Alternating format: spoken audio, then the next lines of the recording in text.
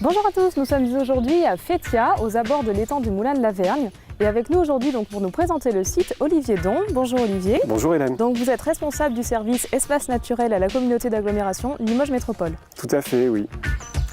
Alors Olivier, pouvez-vous nous dire quelles sont les missions de l'agglo en termes d'espace naturel? Oui, bien sûr. Alors on a trois grands axes d'intervention, trois missions principales si vous voulez.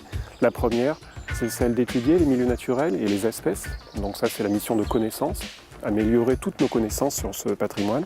La seconde, c'est la préservation du patrimoine naturel. C'est agir autant que possible pour préserver toute la qualité de nos milieux. Et enfin, la troisième mission, c'est celle qui nous intéresse ce matin, c'est celle de faire connaître au public toutes les espèces patrimoniales, rares parfois, et tous les milieux naturels de qualité qui nous environnent, qui constituent nos paysages quotidiens. Alors ce sentier de découverte à Fétia, comment a-t-il été réalisé? Alors l'initiative de ce sentier, c'est le conseil municipal des jeunes de Fétia qui l'a prise.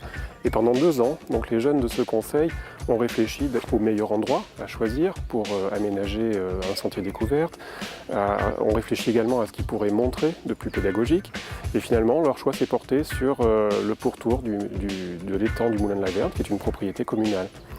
Donc nous les avons assistés, Limoges Métropole, mais ils ont également été accompagnés par Limousin Nature Environnement. Nous avons travaillé sur les textes, nous avons travaillé en commun sur les illustrations, sur le choix de la bibliographie, les références historiques, puis sur le choix du mobilier. Quel mobilier nous allons pouvoir installer. Pendant 2 ans, ce travail a pu aboutir finalement en 2013 par l'installation de ce sentier. Et sa longueur doit être environ d'1 kilomètre. Et il est ponctué de différentes stations, ce sont des points d'information. Donc là nous avons effectivement un mobilier pédagogique. Tout à fait. Donc celui-ci c'est tout simplement une devinette qui se présente sous la forme d'un clapet question-réponse. Sur le premier clapet, la question, ici c'est un rébus.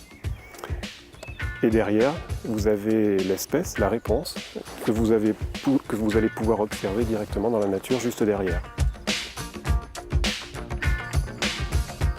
Est-ce qu'il y a d'autres sentiers de découverte sur le territoire de l'agglo? Oui, absolument. Il y en a même un encore plus récent que celui-ci, qui a été ouvert tout récemment à Riac-Rancon sur la commune, tout près du hameau de l'Alleu.